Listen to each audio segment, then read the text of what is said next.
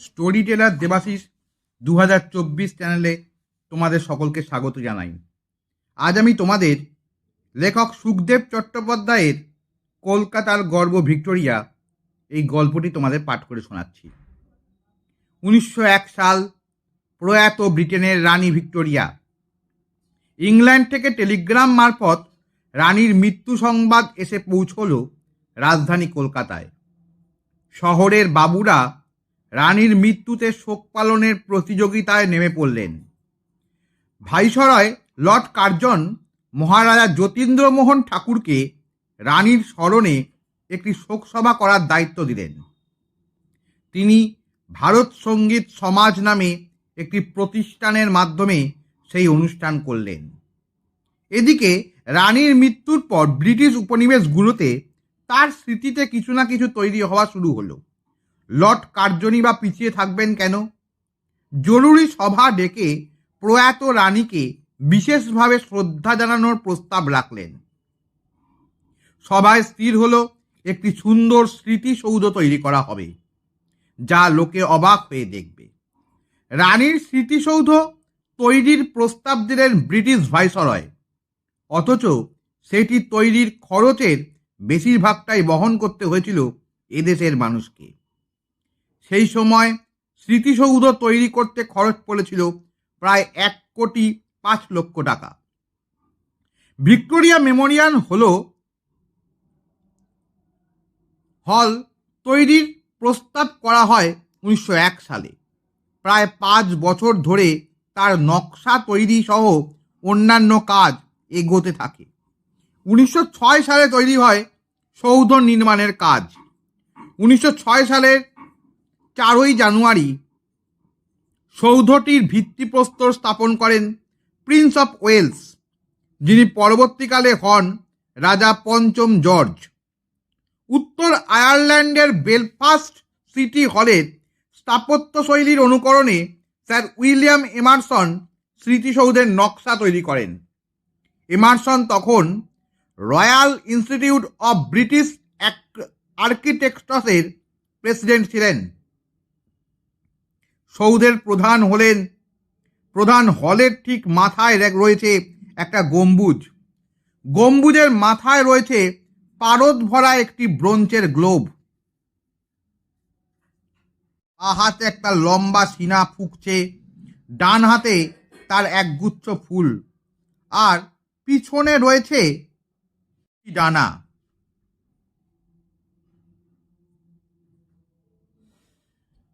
মূর্তিটার নাম দেওয়া হয় অ্যাঞ্জেল অফ বৃষ্টি। গ্লোব আর মূর্তিটির মতো উচ্চতা হলো 16 ফুট। মূর্তিটির বৈশিষ্ট্য ছিল একটু জোরে হাওয়া দিলেই সেটি ঘুরে যেত বিভিন্ন দিকে। মার্বেল ক্ল্যাডিং সহ ভিক্টোরিয়া মেমোরিয়ালের মোট ওজন প্রায় 80,300 টন। কালো পলিটির নিচে বল বিয়ারিং এবং পারদ থাকায় ওটি হাওয়ার অভিমুখ অনুযায়ী ঘুরত। সৌধের চূড়ার চারপাশে ঘিরে রয়েছে 7টি প্রতীকী মূর্তি।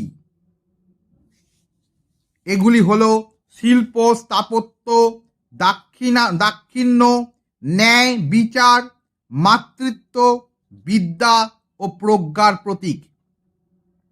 ভিক্টোরিয়ার চারদিকে আছে বিশাল বাগান। আনুমানিক 60 একরের মতো জমি নিয়ে এই বাগান। উদ্ভিদবিদ স্যার ডেভিড প্লেইন ও লর্ড রেডেসডেল এই বাগানটির নকশা তৈরি করেছিলেন।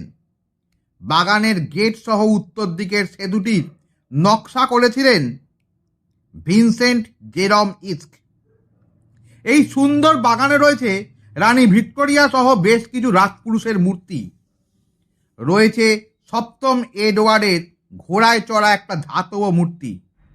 ব্রিটিশ রাজপুরুষদের মাঝে একজন বাঙালিও সেখানে স্থান পেয়েছিলেন। তিনি হলেন প্রখ্যাত উদ্যোগপতি রাজেন্দ্রনাথ মুখোপাধ্যায়। সৌধ নির্মাণের বরাত দেওয়া হয়েছিল কলকাতার মার্টিন অ্যান্ড কোম্পানিকে। এই সংস্থার যৌথ যুগ্ম মালিক ছিলেন স্যার থমাস অ্যাকুইন্স এবং স্যার রাজেন্দ্রনাথ মুখোপাধ্যায়। সৌধ নির্মাণের পর রাজেন্দ্রনাথকে নাইট উপাধি দিয়েছিল ব্রিটিশ সরকার। রাজস্থান থেকে আনা হয়েছিল মার্কানা মার্বেল পাথরে তৈরি এই সৌধ। 1921 সালের 28শে December prince Edward of Wales ভিক্টোরিয়ার উদ্বোধন করেন। একটি রত্নখচিত চাবি দিয়ে দরজা খুলে ভবনের উদ্বোধন করা হয়। এবার কুইন্স রো থেকে সিংহদ্বার পেরিয়ে সৌধের দিকে এগোনো যাক। মূল প্রবেশদ্বার দিয়ে ভেতরে ঢোকার আগে দুই ধারে রয়েছে দুটি মিনার। দুটি মিনারের নিচে রয়েছে দুটি ছোট দরজা। বাদিকের মিনারের দরজার উপরে পাথরে লেখা ইন্দাস মানে সিন্ধু ও যমুনা, আর ডান দিকের মিনারের দরজার ঠিক উপরে একইভাবে লেখা গ্যাঞ্জেস মানে গঙ্গা ও কৃষ্ণা।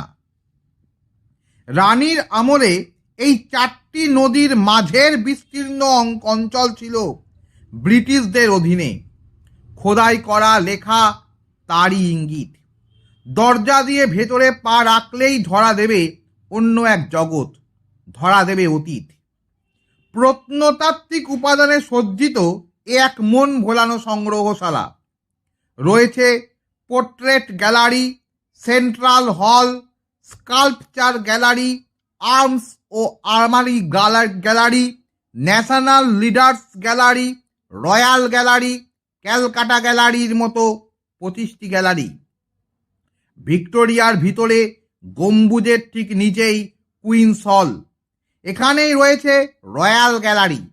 পাশ দিয়ে রেলিং দেওয়া ঘোড়ানো সিঁড়ি উপরে উঠে গিয়েছে। সেখানে পৌরকাগুলো শোভা পাচ্ছে 12টি বড় মাপের ছবি। ছবিগুলি ব্রিটিশ শিল্পী ফ্রাঙ্ক সালিস বাড়ির আঁকা।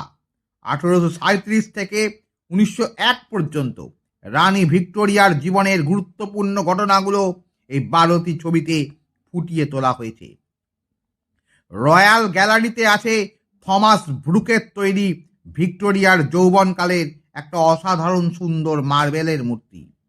একটা মাত্র ক্যানভাসে আঁকা পৃথিবীর 3য় বৃহত্তম চিত্রকলা রয়েছে ভিক্টোরিয়া মেমোরিয়ালের এই সংগ্রহশালায়। এটি রুশ শিল্পী ভাসিলি ভেরেস্তোসাগিন্সের আঁকা। 1876 সালে প্রিন্স অফ ওয়েলসের জয়পুর আগমন উপলক্ষে যে মিছিল হয়, সেই মিছিলেই এই চিত্রকলার বিষয়বস্তু। 1992 সালে ক্যালকাটা গ্যালারি সাধারণ মানুষের জন্য খুলে দেওয়া হয়। এই গ্যালারিতে ধরা আছে গ্রাম থেকে কলকাতা শহরে বিবর্তনের ইতিকথা। এই গ্যালারির বিশেষ আকর্ষণ হল 19 শতকের চিতপুর রোডের একটি অপূর্ব ডায়োরামা। এছাড়া আছে মহারাজা নন্দকুমারের ফাঁসির দলিল, রয়েছে কেশবচন্দ্র সেন, মাইকেল মধুসূদন দত্ত, রবীন্দ্রনাথ ঠাকুর, দ্বারকানাথ ঠাকুরের প্রভৃতি বিভিন্ন ব্যক্তিত্বদের বিভিন্ন দলিল। ন্যাশনাল লিডার্স গ্যালারিতে আছে ভারতের স্বাধীনতা সংগ্রামের নানান কর্মকাণ্ড। আর্মারি গ্যালারিতে রয়েছে ফরাসি কামান, যা পলাশি যুদ্ধ ইংরেজদের দখল করেছিল। 2022 সালের মার্চ মাসে সংযোজিত হয়েছে বিপ্লবী ভারত গ্যালারিতে।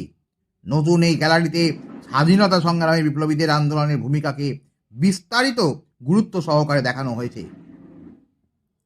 স্বামী বিবেকানন্দ দেশ ও বরেণ্য মানুষদের দেশাত্মবোধক লেখা বিপ্লবীদের যে প্রবলভাবে প্রভাবিত করেছিল তার উল্লেখ এখানে আছে। ভিক্টোরিয়া মেমোরিয়াল কলকাতা সৌন্দর্যের প্রতীক। পরিবেশ বিজ্ঞানীরা অনেকেই এই সৌধের ভবিষ্যৎ নিয়ে আশঙ্কিত। শহরের দূষণের ফলে ভিক্টোরিয়ার স্মৃতিসৌধের সাদা পাথরে মলিনতার ছোঁয়া লেগেছে, এমনটাই তাদের অভিমত। দূষণ থেকে শতাব্দী প্রাচীন এই সৌধকে রক্ষা করাই খুব জরুরি। সম্পদকে আগলে রাখতে হয়, নইলে তা খোয়া যায়। আমি তোমাদের কলকাতার গর্ব ভিক্টোরিয়া তোমাদের সামনে উপস্থাপন করলাম। এর সুলুক সন্ধান দিয়েছেন লেখক সুখদেব চট্টোপাধ্যায়। তোমাদের যদি এই ভিডিওটা ভালো লেগে থাকে, লাইক, শেয়ার, কমেন্টস এবং সাবস্ক্রাইব করবে এবং পাশে থাকা বেল আইকন এটা প্রেস করে দিও। তাহলে যখনই আবার নতুন ভিডিও আপলোড করব, সাথে সাথে তোমাদের নোটিফিকেশনে চলে যাবে। আজ তাহলে এই বলেই শেষ করলাম। তোমরা সবাই ভালো থেকো,